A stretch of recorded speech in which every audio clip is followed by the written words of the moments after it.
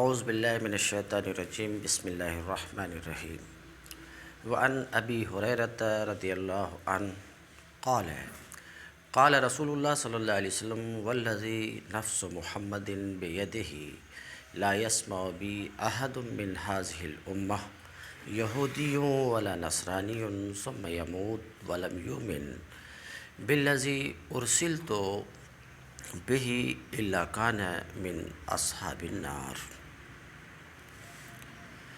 اور حضرت ابو ہریرہ رضی اللہ تعالیٰ عنہ سے روایت ہے، قال ابو ہریرہ رضی اللہ عنہ کہتے ہیں، قال رسول اللہ صلی اللہ علیہ وسلم، رسول اللہ صلی اللہ علیہ وسلم نے فرمایا، والذی نفس محمد بیدہ، اس ذات کی قسم جس کی قدرت میں میری جان ہے۔ اللہ کے رسول صلی اللہ علیہ وسلم نے کیا فرمایا؟ اس ذات کی قسم جس کی قدرت میں میری جان ہے، لا يسمع بی احد من هذه الامہ یہودی ولا نصرانی ثم يموت ولم یؤمن۔ اس امت سے یہاں پر مراد امت دعویٰ ہے۔ امت سے مراد کیا ہے؟ امت دعویٰ۔ اس امت میں سے کوئی یہودی، عیسائی میری بعثت کی خبر سن لے، میری بعثت یعنی میرے بھیجے جانے کی خبر سن لے، اس تک یہ خبر پہنچے کہ میں رسول بنا کر بھیجا گیا ہوں۔ تو اس امت میں سے کوئی یہودی، عیسائی میری بعثت کی خبر سن لے، سمجھ رہے ہیں، پھر ایمان نہ لائے، سمجھ رہے ہیں، بعثت کی خبر سن لے، ثم یموت ولم یؤمن، پھر بغیر ایمان لائے ہوئے مر جائے۔ پھر سے لفظ ترجمہ، پھر مر جائے، ولم یؤمن، اور ایمان نہ لائے اس دین پر جس دین کے ساتھ کہ میں بھیجا گیا ہوں، مگر وہ جہنمی سے ہوگا۔ ترجمہ آپ نے سنا۔ حدیث میں کون سی بات پیش کی گئی؟ اللہ کے رسول صلی اللہ علیہ وسلم فرماتے ہیں، اس امت میں سے کوئی بھی شخص، خواہ وہ کوئی یہودی ہو یا کوئی نصرانی یعنی عیسائی ہو، اس تک میری بعثت کی خبر پہنچے، یہ خبر پہنچے کہ میں رسول بنا کر بھیجا گیا، اور حال یہ ہے کہ وہ مجھ پر ایمان لائے بغیر، یعنی اس دین پر ایمان لائے بغیر جس دین کے ساتھ میں بھیجا گیا ہوں، ایمان لائے بغیر مر جائے تو وہ جہنمی ہوگا۔ بات صاف ہے۔ یعنی میری امت سے مراد امت دعویٰ، سمجھ رہے ہیں، امت دعویٰ میں سے کوئی بھی شخص جو مجھ پر، جس تک اطلاع پہنچے میری بعثت کی اور وہ ایمان نہ لائے، ایمان لائے بغیر مرے گا، وہ جہنمی ہوگا۔ سمجھ رہے ہیں؟ کیوں؟ یہ حدیث تو اس بات کو بتا ہی رہی ہے، ساتھ میں اللہ رب العزت خود فرماتا ہے، وَمَا أَرْسَلْنَاكَ إِلَّا كَافَّةً لِلنَّاسِ بَشِيرًا وَنَذِيرًا۔ اے محبوب، ہم نے آپ کو تمام انسانوں کی طرف بھیجا ہے، بعض کی طرف نہیں، تمام انسانوں کی طرف، بشیروں و نذیرا، بشیر بنا کر کہ جو آپ کو مان لے اسے جنت کی خوشخبری آپ سنائیں، اور جو نہ مانے اسے جہنم سے ڈرائیں، خبردار کریں۔ بات سمجھ رہے ہیں؟ تو یہ آیت بھی اس بات کو بتا رہی ہے کہ محمد مصطفیٰ صلی اللہ علیہ وسلم کسی خاص قبیلہ، کسی خاص علاقہ کے لیے رسول بنا کر کے نہیں بھیجے گئے، بلکہ آپ صلی اللہ علیہ وسلم تمام انسانوں کے لیے، خواہ وہ یہودی ہو، خواہ عیسائی ہو، خواہ کوئی ہو، بات سمجھ میں آ رہی؟ خواہ کوئی ہو، سب کی طرف رسول بنا کر کے بھیجے گئے۔ اس بات کو یہ آیت بھی بتا رہی ہے اور یہ حدیث بھی بتا رہی، کیونکہ حدیث کے الفاظ یہ ہے لا یسمع بی احد، جس کان تک بھی میری آواز پہنچے، ولم یؤمن الا کان من اصحاب الجنہ، مگر وہ کیا ہوگا؟ جہنمی ہوگا۔ ایمان نہ لائے، جس کان تک بھی میری بعثت کی خبر پہنچے، تو ہر شخص جس تک میری بعثت کی خبر پہنچے اس شخص پر میرے اوپر ایمان لانا لازمی ہے، واجب ہے، ضروری ہے۔ یہ حدیث اس بات کو بتا رہی، بس میرے، اور یہی بات وہ آیت بھی بتا رہی جو ابھی ہم نے آپ کے سامنے پڑھا۔ تو آپ صلی اللہ علیہ وسلم تمام انسانوں کے لیے نبی اور رسول بنا کر بھیجے گئے، قیامت تک کے تمام انسانوں کے لیے، کہیں کا ہو، کسی گروپ کا ہو، اس بات کو یہ حدیث بتا رہی ہے۔ چلیے آگے چلیے۔ وعن ابی موسیٰ الاشعری رضی اللہ عنہ قال قال رسول اللہ صلی اللہ علیہ وسلم، ابو موسیٰ اشعری رضی اللہ عنہ سے روایت ہے، وہ کہتے ہیں کہ رسول اللہ صلی اللہ علیہ وسلم نے فرمایا، قال رسول اللہ صلی اللہ علیہ وسلم، رسول اللہ صلی اللہ علیہ وسلم نے فرمایا، کیا فرمایا؟ ثلاثۃ لہم اجران، تین شخص وہ ہیں۔ آپ صلی اللہ علیہ وسلم نے کیا فرمایا؟ تین شخص وہ ہے جن کے لیے ڈبل اجر ہے۔ اجران، تین شخص وہ ہیں جن کے لیے ڈبل اجر ہے، اپنی زبان میں بول سکتے ہیں دو اجر ہے۔ اجران، دو اجر ہے۔ تین شخص کے لیے کیا ہے؟ دو اجر ہے، ڈبل اجر ہے۔ وہ تین شخص کون ہیں؟ رجل من اہل الکتاب آمن بنبیہ و آمن بمحمد۔ اہل کتاب کی وضاحت میں کر چکا ہوں کسی درس میں، آپ کے ذہن میں اہل کتاب کن کو کہا جاتا ہے؟ وہ جو کسی آسمانی کتاب پر ایمان رکھتے ہیں وہ اہل کتاب ہیں۔ اس وقت بھی دنیا میں اہل کتاب میں سے مومنین تو ہیں ہی، یہود اور نصارہ بھی اہل کتاب ہیں، کیونکہ وہ بھی نبی پر ایمان رکھتے ہیں اور نبی پر آنے والی کتاب پر ایمان رکھتے ہیں۔ ہر نبی پر نہ صحیح، ہر کتاب پر نہ صحیح، مگر بعض کتاب پر تو ایمان رکھتے ہیں۔ یہود حضرت موسیٰ پر ایمان رکھتے ہیں اور ان پر نازل ہونے والی کتاب تورات پر ایمان رکھتے ہیں، اور نصارہ حضرت عیسیٰ پر ایمان رکھتے ہیں اور ان پر اترنے والی کتاب انجیل پر ایمان رکھتے ہیں۔ بات سمجھ رہے ہیں؟ تو یہ یہود اور نصارہ بھی کیا ہیں؟ اہل کتاب ہیں۔ یہود اور نصارہ کیا ہے؟ اہل کتاب ہیں۔ اب آگے سنو، اللہ کے رسول صلی اللہ علیہ وسلم فرماتے ہیں کہ تین شخص وہ ہیں جن کے لیے ڈبل اجر ہے، ٹھیک ہے؟ ایک تو اہل کتاب میں سے وہ آدمی، اہل کتاب سمجھ گئے؟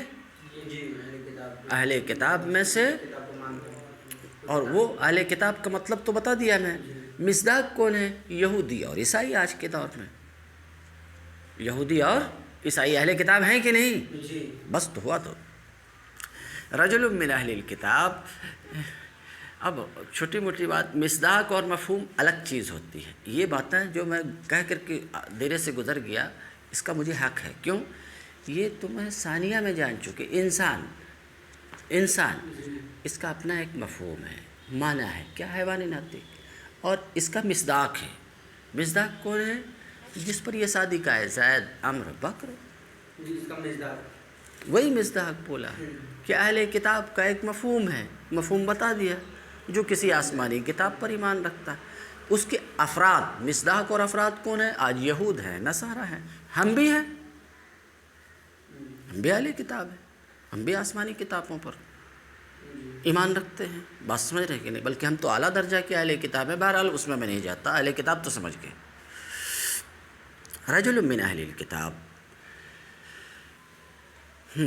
تین شخص وہ ہیں جن کے لیے ڈبل اجر ہے۔ رجل من اہل الکتاب، ایک شخص اہل کتاب میں سے، تین شخص، تین میں سے ایک تو اہل کتاب سے وہ شخص، اہل کتاب میں سے وہ شخص، وہ آدمی جو اپنے نبی پر ایمان لائے اور محمد پر بھی ایمان لائے، اس کے لیے ڈبل اجر۔ مثال کے طور پہ ایک یہودی ہے یا عیسائی ہے، حال یہ ہے کہ اس کا اپنے نبی پر بھی ایمان ہے، اپنے نبی پر بھی ایمان ہے، اور پھر محمد صلی اللہ علیہ وسلم پر بھی وہ ایمان لایا، تو اس کے لیے ڈبل اجر ہے۔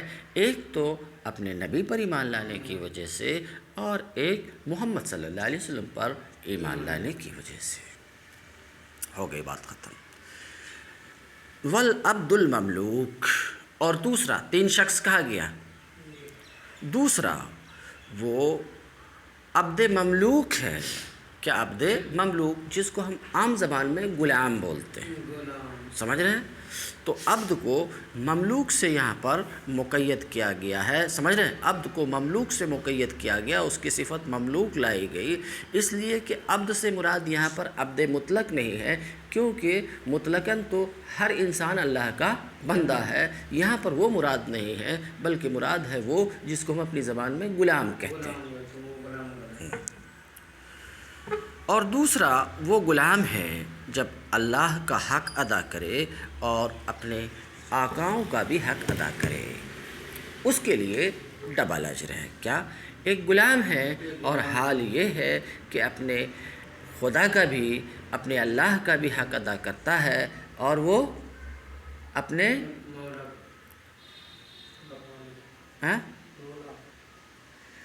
اپنے آقا کا بھی سن رہے ہو دھیان سے؟ سن رہا ہوں۔ تو کیا ہے؟ اللہ کا بھی حق ادا کرے اور اپنے آقاؤں کا بھی حق ادا کرے۔ آقاؤں کیسا؟ ایسا ہو سکتا ہے، اسی وجہ سے پوچھا تھا۔ آقاؤں، آقا نہیں بولا، آقاؤں موالی، مولا کی جمع، اپنے ایسا ہو سکتا ہے کہ ایک غلام کے کئی مالک ہوں۔ مثال کے طور پہ ایک غلام 1000 روپے کا ہے، 5 لوگوں نے مل کر کے خریدا تھا، وہ 5 کا غلام ہے۔ بات سمجھ رہے کہ نہیں؟ 5 کا غلام ہے، تو ایک غلام کے بیک وقت کئی مالک ہو سکتے ہیں۔ تو اللہ کے رسول فرماتے ہیں کہ دوسرا وہ غلام ہے، وہ غلام جب اللہ کا حق ادا کرے اور اپنے آقاؤں کا حق بھی ادا کرے، ٹھیک ہے؟ اس کے لیے بھی کیا ہے؟ دوگنا اجر ہے۔ ایک تو اللہ کا حق ادا کرنے کی وجہ سے ایک اجر، اللہ کا حق ادا کرنے کی وجہ سے، اور ایک اجر اس کے لیے اپنے آقاؤں کا حق ادا کرنے کی وجہ سے۔ ورجل کانت عندہ، تیسرا وہ شخص ہے، بتایا گیا 3 شخص ایسے ہیں جن کے لیے ڈبل اجر ہے۔ ورجل، تیسرا وہ آدمی ہے جس کے پاس باندی تھی، کانت عندہ امہ، جس کے پاس کیا تھی؟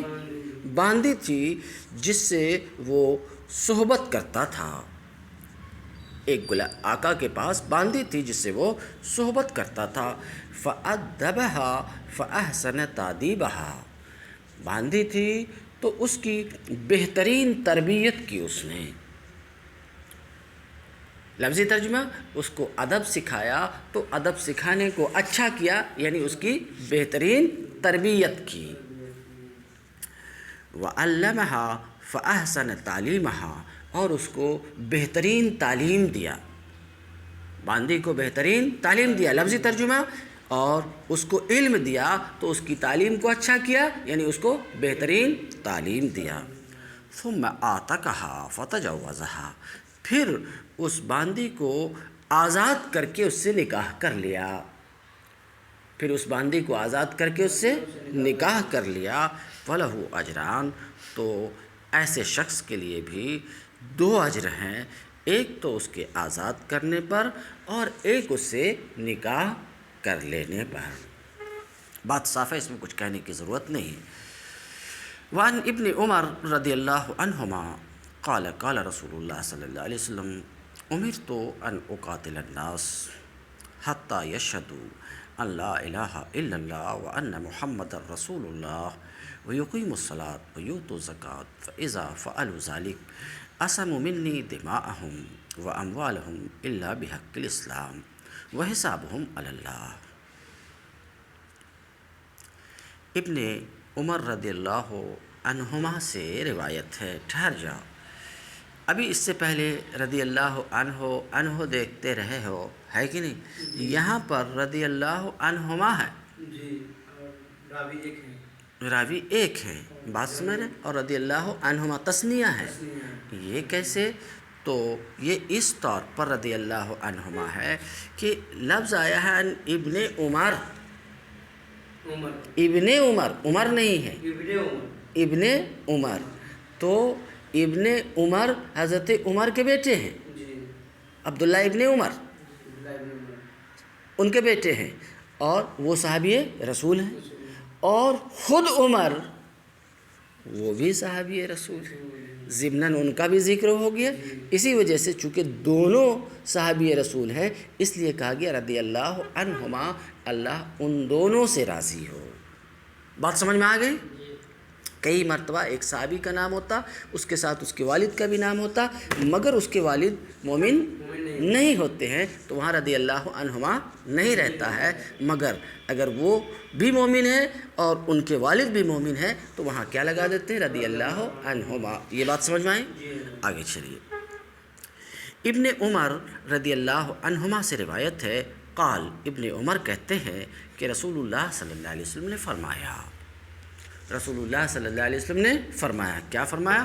امرت ان اقاتل الناس، اللہ کے رسول صلی اللہ علیہ وسلم نے فرمایا کہ مجھے حکم دیا گیا، مجھے حکم دیا گیا، کس نے مجھے حکم دیا؟ میرے رب نے مجھے حکم دیا۔ کس بات کا مجھے حکم دیا گیا؟ ان اقاتل الناس، کہ لوگوں سے میں جہاد کروں، لوگوں سے میں جنگ کروں، قاتل یقاتل، مقاتلت، آپس میں لڑنا، جنگ کرنا۔ تو اللہ کے رسول صلی اللہ علیہ وسلم کیا فرماتے ہیں؟ مجھے حکم دیا گیا کہ میں لوگوں سے جنگ کروں، حتیٰ یشہدوا، یہاں حتیٰ کئی کے معنی میں ہے، حتیٰ کس کے معنی میں ہے؟ کئی۔ حتیٰ کبھی الی ان کے معنی میں ہوتا ہے، اور حتیٰ کبھی کئی کے معنی میں ہوتا ہے۔ یہاں پر جو حتیٰ ہے کئی کے معنی میں ہے، جیسے کہ نومیر میں آپ پڑھے اسلم تو حتیٰ ادخل الجنہ، ای کئی ادخل الجنہ، میں مسلمان ہوا تاکہ جنت میں داخل ہوں، تو بات سمجھ رہے ہیں؟ تو جنت میں داخل ہونے کے لیے مسلمان ہوا، بات سمجھ رہے ہیں؟ تو جیسے وہاں حتیٰ کس کے معنی میں؟ کئی کے معنی میں ہے، ایسے ہی حتیٰ یشہدوا میں جو حتیٰ ہے وہ کئی کے معنی میں ہے، کئی کے معنی میں ہے۔ تو اب معنی کیا ہوا کہ مجھے جنگ کرنے کا حکم دیا گیا، سمجھ رہے ہیں؟ مجھے جنگ کرنے کا حکم دیا گیا، لیکن میرا جنگ کرنا ملک فتح کرنے کے لیے، ملک قبضہ کرنے کے لیے، مال قبضہ کرنے کے لیے نہیں، بلکہ ہدایت دینے کے لیے۔ بات سمجھ رہے ہیں؟ کس کے لیے؟ ہدایت دینے کے لیے، حتیٰ کئی کے معنی میں ہے، اور کئی کے بارے میں جو بحث ہے نومیر میں پڑھ چکے ہو۔ تو مجھے جو یہ جنگ کا حکم دیا گیا ہے، ملک پر ملک گیری کے لیے، قبضہ کرنے کے لیے، ہتھیانے کے لیے نہیں، بلکہ اس لیے تاکہ لوگ ہدایت پائیں۔ تو لوگوں کو ہدایت دینے کے لیے، بات سمجھ میں آ رہی ہے؟ لوگوں کو ہدایت دینے کے لیے، تو وہ لڑائی جہاد ہوگی جو رضائے رب کے لیے ہو، مگر جو ملک لینے کے لیے، ملک فتح کرنے کے لیے، مال فتح کرنے کے لیے، وہ لڑائی جہاد نہیں ہے۔ بات سمجھ رہے ہیں؟ تو رسول اللہ صلی اللہ علیہ وسلم نے فرمایا مجھے حکم دیا گیا کہ میں لوگوں سے لڑوں، میں لوگوں سے جنگ کروں، تاکہ لوگ گواہی دیں، بات سمجھ رہے ہیں؟ کہ لوگ گواہی دیں کہ اللہ کے سوا کوئی معبود نہیں ہے، اور یہ کہ محمد اللہ کے رسول ہیں۔ ایک سوال تو کہنے والا کہہ سکتا ہے جب تک ہر شخص مومن نہ ہو جائے، یہ حدیث اس بات کو بتا رہی ہے کہ جب تک ہر شخص مومن نہ ہو جائے جہاد فرض ہے۔ کیوں؟ کہتے امرت ان اقاتل الناس، ناس سب کو شامل ہے، یہاں سب کو اب اگر سوئے تو میں کھڑا کرتا ہوں. ناس سب کو شامل ہے. بات سمجھ رہے ہیں؟ تو جب ناس سب کو شامل ہے تو حدیث تو اس بات کو بتا رہی ہے کہ ایک شخص بھی دنیا میں کہیں اگر کافر ہو تو اس سے جنگ فرض ہے. کیا حدیث کا یہی مفہوم ہے؟ نہیں، یہ مفہوم نہیں ہے. کیوں؟ اس حدیث کا مفہوم یہ ہے کہ ملک عرب میں، جزیرہ عرب میں، بات سمجھ رہے ہیں؟ مجھے حکم دیا گیا ہے کہ جزیرہ عرب میں کفر باقی نہ رہے. اس بات کی وضاحت دوسری احادیث، دوسرے نصوص سے ہوتی ہے. کیوں؟ کیونکہ نبی کریم صلی اللہ علیہ وسلم پوری دنیا سے جنگ نہیں کیے، حالانکہ دنیا میں بہت سے کفار تھے. اسی طریقے سے آپ کے خلفاء حضرت ابو بکر وغیرہ، سمجھ رہے ہیں، انہوں نے بھی پوری دنیا سے جنگ نہیں کی. تو معنی یہ ہے، معنی اس کا یہ ہے للناس امرت ان اقاتل الناس. ناس سے مراد وہ انسان جو جزیرہ عرب میں ہے. جزیرہ عرب میں ہے. کیوں؟ کیونکہ اللہ رب العزت نے جزیرہ عرب کو اسلام کا مرکز بنایا. کیا بنایا؟ اسلام کا مرکز بنایا ہے. بات سمجھ رہے کہ نہیں؟ تو یہاں ناس سے مراد دنیا کا ہر انسان نہیں ہے. تو اب کوئی شخص اس بات پر استدلال نہیں کرے کہ دیکھو ان کی حدیث تو یہ کہتی ہے کہ ہر کافر سے جنگ فرض ہے. ان کی حدیث ایسی بتاتی. بات سمجھ رہے میں کیا کہہ رہا ہوں؟ آج کسی کو یہ کہنے کی گنجائش نہیں ہے. یہ بات عرب کی حد تک ہے. بات آپ سمجھ رہے ہیں؟ یہ بات عرب کی حد تک ہے. اب کہنے والا کوئی کہے کہ عرب کی حد تک یہ بات کیوں ہے؟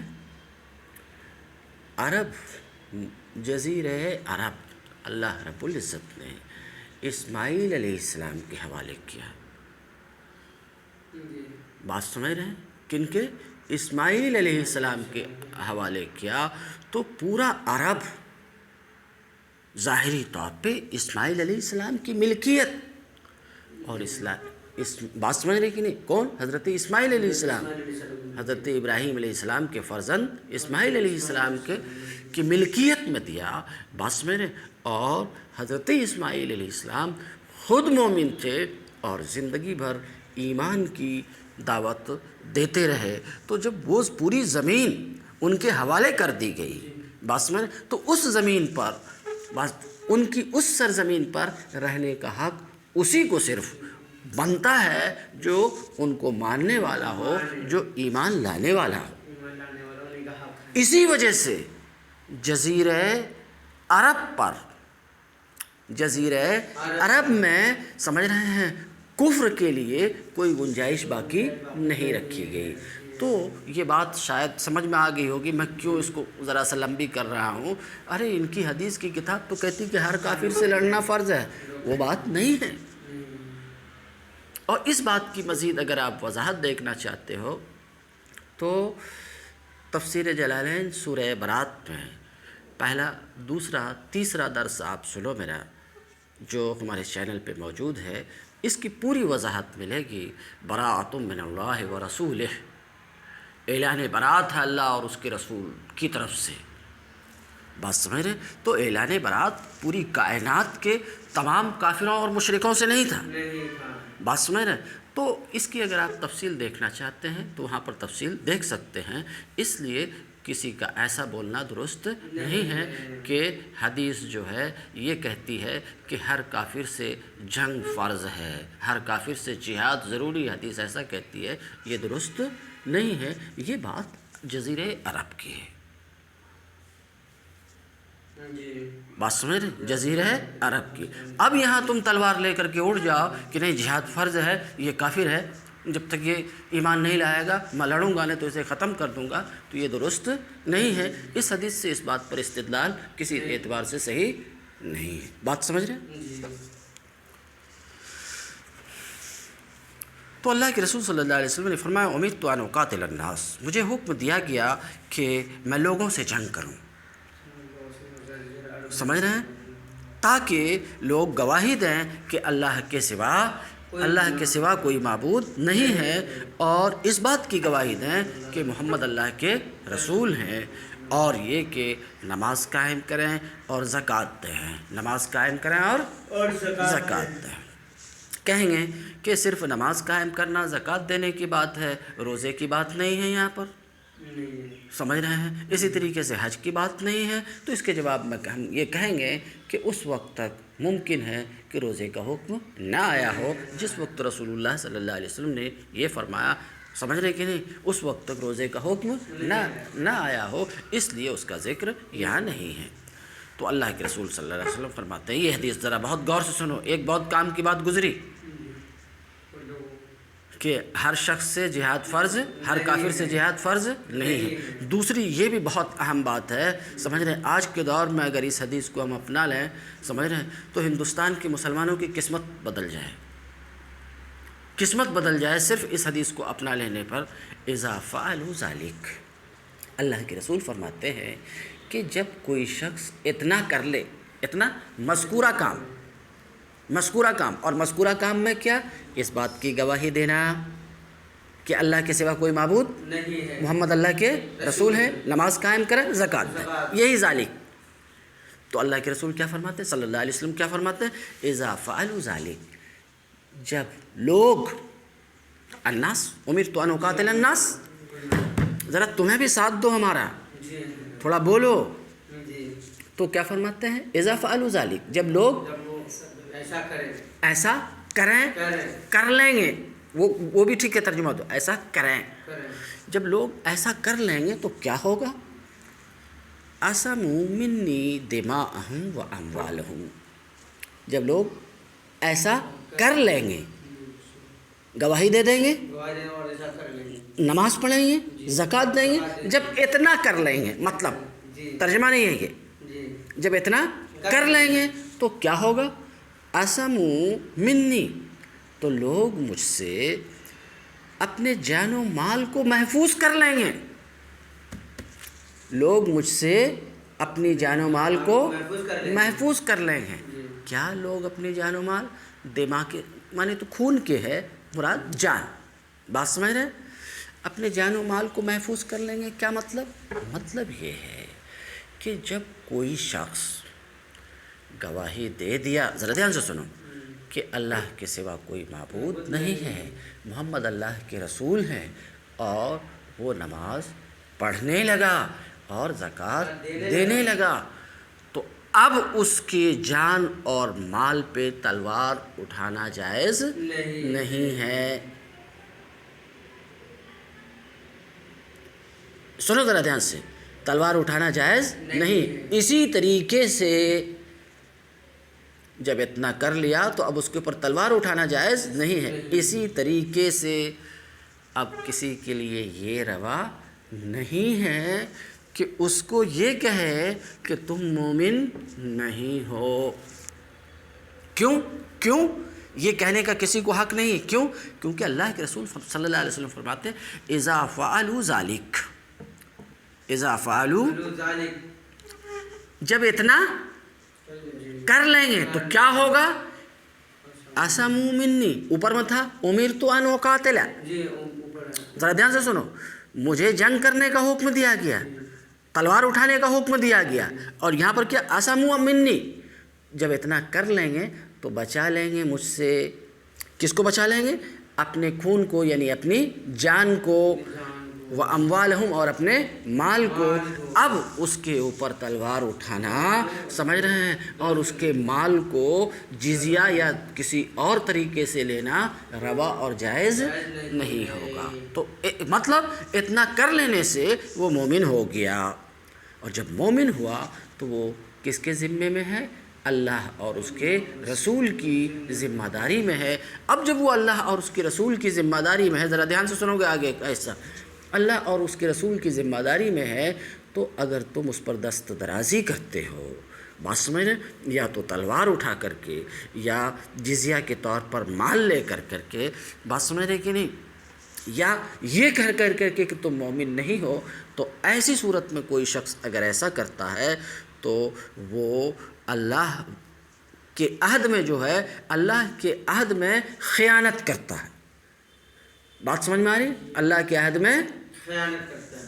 کہتے ہیں اذا فعلوا ذلک، جب اتنا کر لیں گے تو مجھ سے اپنی جان و مال کو محفوظ کر لیں گے، الا بحق الاسلام، سوائے اسلامی حق کے، کہ ابھی آپ نے سنا کہ اتنا کر لینے کے بعد اب اس پر تلوار اٹھانا جائز نہیں ہے اور جزیہ وغیرہ کے طور پہ اس کے مال کو لینا جائز نہیں ہے۔ یہ حدیث بتا رہی الا بحق، سوائے اسلامی حق کے۔ اسلامی حق کے کا مطلب یہ کہ اپنی جان مال کو تو اس نے محفوظ کر لیا، ہاں جان مال کو محفوظ کر لیا، وہ مومن بن گیا، مگر ظاہر سی بات ہے کوئی شخص مومن ہوا مگر مومن ہوتے ہوئے کسی کا قتل کیا تو اب بدلے میں قتل کیا جائے گا کہ نہیں؟ تو یہ قتل کیا جانا وہ قتل کیے جانے کی وجہ سے ہے۔ بات سمجھ میں آ رہی ہے؟ اس کی دوسری وجہ ہے۔ کوئی یہ نہیں کہے کہ ارے بھائی یہاں تو حدیث میں یہ ہے کہ اتنا کر لیے تو اب وہ محفوظ ہے، اس کے اوپر تلوار اٹھانا جائز نہیں ہے، سمجھ رہے ہیں؟ تو ہاں عام حال میں جائز نہیں ہے، مگر کسی اسلامی حق کو وہ پامال کرے۔ جیسے اسلامی حق یہ ہے کہ ہر جان محترم ہے، ہر جان محترم ہے۔ ہر جان محترم ہے، تو اگر اس حرمت کو چاک کرے کہ کسی کو قتل کرے تو ظاہر سی بات ہے بدلے میں قتل کیا جائے گا۔ یا اس نے کسی غیر عورت کے ساتھ زنا کیا، بات سمجھ رہے ہیں؟ تو اس پر حد جاری کی جائے گی، حد جاری کی جائے گی۔ اب حد کی غیر شادی شدہ ہے تو اس کی الگ حد ہے، شادی شدہ ہے تو اس کی الگ حد جاری کی جائے گی۔ تو یہ تو اسلامی حق ہے، سمجھ رہے ہیں؟ اسلامی حق تو عائد ہوگی، یہ ایک دوسری بات رہی۔ یہ تو اس وجہ سے کہ اس نے ایک غلط کام کیا، ایک جرم کیا، اس جرم کی اس کو سزا ملے گی، وہ نہیں ختم ہوگی۔ یہ مطلب نہیں ہے کہ آپ مومن ہو گئے تو جو چاہو سو کرو، مومن ہو گئے تو اب جو چاہو سو کرو، یہ نہیں۔ مومن ہو گئے تو کافر و مشرک کا برتاؤ آپ کے ساتھ نہیں ہوگا، مگر مومن ہوتے ہوئے کوئی جرم کرو گے تو اس کی سزا تو ملے گی، سزا ملے۔ اور اسلامی حق کیا پڑے گا؟ وہی اسلامی حق۔ مگر اسلام کا جو حق ہے، کیا حق ہے؟ اگر کسی کو قتل کیا تو بدلے میں قتل کیا جائے گا، وَلَكُمْ فِي الْقِصَاصِ، بہرحال بدلے میں قتل کیا جائے گا۔ ایسے ہی چوری کیا تو بدلے میں ہاتھ کاٹا جائے گا۔ بات سمجھ گئے؟ آگے دیکھو۔ ہاں یہ تو جملہ معترضہ کے طور پر تھا، الا بحق الاسلام، سمجھ رہے ہیں؟ کہ اتنا کر لیے تو اپنی جان و مال کو مجھ سے بچا لیے، اب اس پر تلوار اٹھانا جائز؟ تو سوال کرنے والا سوال کر دیا بیچ میں، مثال کے طور پہ کہ اتنا کر، اب اس پر تلوار اٹھانا جائز نہیں، تو کچھ بھی کرے نہیں اٹھانا، نہیں، وہ اسلامی حق کو پامال کیا تو اس کی تو سزا ملے گی، گویا کہ اس سوال کا جواب ہے۔ تو اسامو منی سے کوئی یہ استدلال نہیں کرے کہ نہیں اب کچھ بھی کرے اس کے لیے اس پر تلوار اٹھانا جائز نہیں ہے، اس کو سزا دینا جائز نہیں، یہ نہیں۔ بحق الاسلام سے اس کا جواب ہے کہ ہاں اسلامی حق جو ہے، سمجھ رہے ہیں، وہ تو اس پر عائد ہوگی۔ بات سمجھ گئے؟ آگے یہ ٹکڑا، وَحِسَابُهُمْ عَلَى اللَّهِ، وَحِسَابُهُمْ عَلَى اللَّهِ، اب ان سے حساب لینا یہ اللہ کے ذمے ہے۔ ذرا یہی بات اگر سمجھ میں آ جائے دنیا کو، ہندوستان کے مسلمانوں کو، سمجھ رہے ہیں؟ تو آج جو مسلمانوں کی حالت بنی ہے ہندوستان میں، پہلے ہم لوگ کا دور بہت اچھا تھا، ابھی تمہیں اکیلے کہیں ٹرین میں یہاں وہاں سفر کرو تو روح کانپتی ہے، پتہ نہیں کہاں کیا ہو جائے گا۔ بہرحال ہندوستان کے حالات اس وقت جو ہے تو بہت محفوظ نہیں ہیں، بات سمجھ رہے ہیں؟ بہت محفوظ نہیں ہے۔ تو کیوں محفوظ نہیں ہے؟ ہمارے اوپر کیوں زیادتی ہو رہی ہے؟ ہمارے اوپر زیادتی کوئی دوسرا نہیں کر رہا، ہم خود کر رہے ہیں، ہم خود کر رہے ہیں۔ کیا ہم کر رہے ہیں؟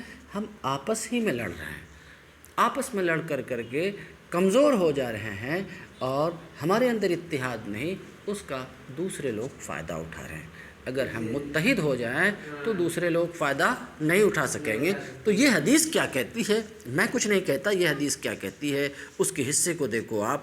آخری حصہ کیا ہے؟ وَحِسَابُهُمْ عَلَى اللَّهِ، اب ان سے حساب لینا، ان کا حساب کرنا اللہ کے ذمے ہے۔ کیا مطلب؟ ایک شخص، اللہ کے رسول فرماتے ایک شخص، کوئی ایک شخص کوئی ایک شخص جو گواہی دیتا ہے کہ اللہ کے سوا کوئی معبود نہیں، محمد اللہ کے رسول ہیں، اور جو فرائض ہیں انہیں ادا کرتا ہے، تو اللہ کے رسول کیا فرماتے؟ اسموں میں اس کی جان و مال محترم ہے۔ اب ان سے چھیڑ خانی کرنے کی اجازت نہیں ہے۔ نہیں جی، انہوں خالی منہ سے بولے جی، خالی انہوں دکھاوے کے لیے نماز پڑھتے جی، دکھاوے کے لیے روزہ رکھتے جی، تو اللہ کے رسول کیا فرماتے ہیں؟ یہ حساب کرنا تمہارا کام نہیں ہے۔ اب ان سے حساب لینا اللہ کا کام ہے۔ کیوں؟ کیونکہ اندر کے حال کو اس کے سوا کوئی جانتا ہی نہیں۔ تو کیا معلوم ہوا؟ جو لوگ بھی اس بات کی گواہی دیتے ہیں، اس حدیث کی روشنی میں نماز پڑھتے ہیں، فرائض کو ادا کرتے ہیں، مانو اسے مسلم، مانو اسے مسلم، کہو اسے مسلم، اندر سے ہے کہ نہیں وہ ہمارا کام نہیں ہے، وہ ہمارا کام نہیں ہے، وہ اللہ کا کام ہے، کیونکہ اندر کے حال کو وہی جانتا ہے۔ ہم اس کے ذمہ دار ہیں، زبردستی ہم ذمہ دار بنے ہوئے ہیں۔ اس ذمہ دار بننے سے نقصان جو ہے ہمارا اپنا ہے۔ آج دیکھو کتنے برے دور سے ہم گزر رہے ہیں۔ حدیث تو یہ کہتی ہے کہ بھائی ان سے حساب کتاب کرنا، ان کا حساب لینا، یہ اللہ کے ذمے، تمہارے ذمے۔ تم کیوں زبردست جو ہے محاسب بن رہے ہو اور داروغہ بن کے کھڑے ہو رہے ہیں؟ نہیں تو میں مسلمان نہیں ہوں، نہیں تو میں مسلمان۔ یہ حق تم کو دیا کس نے بھائی؟ یہ حق تم کو اللہ کے رسول تو فرماتے ہیں کہ شہادت دے رہا ہے، شہادت دے رہا ہے، اور جو فرائض ہیں انہیں ادا کر رہا ہے، مسلم ہے۔ تو جب اللہ کے رسول خود اسے مسلم کی سرٹیفکیٹ دے رہے ہیں تو تم کون ہوتے ہو یہ سرٹیفکیٹ ان سے چھیننے والے؟ بات آپ سمجھ رہے ہیں؟ ضرورت کیا ہے؟ کیا ضرورت ہے؟ چھیننے کی کیا ضرورت ہے؟ تمہیں اپنے اسلام کو اور اچھے سے اچھا کرو بھائی۔ وہی وقت جو سرٹیفکیٹ چھیننے میں لگاتے ہو، اتنے وقت میں اپنے اسلام کو اور اچھا کرو، تم اور زیادہ نماز روزہ کرو، اور زیادہ خیرات کرو۔ جو ٹائم تم ویسٹ کر رہے ہو سرٹیفکیٹ چھیننے میں، بات سمجھ رہے کہ نہیں، تو وہ ٹائم اس میں لگاؤ گے تو تمہارا اسلام اور اچھا ہوگا۔ بہرحال تو کہتے ہیں وَحِسَابُهُمْ عَلَى اللَّهِ، اور ان کا حساب اللہ کے ذمے ہیں۔ ان کا حساب کس کے ذمے ہے؟ اللہ کے ذمے ہے۔ متفق علیہ، یہ حدیث جسے ابھی آپ نے پڑھا، یہ بخاری میں بھی ہے اور مسلم میں بھی ہے، سمجھ رہے ہیں؟ الا ان مسلمان، اتنا تو ہے، مگر مسلم نے یہ لفظ ذکر نہیں کیا ہے، الا بحق الاسلام۔ یہ جو بحق الاسلام دیکھے ہیں، سمجھ رہے ہیں، یہ صرف بخاری کا لفظ ہے، مسلم میں یہ لفظ نہیں ہے۔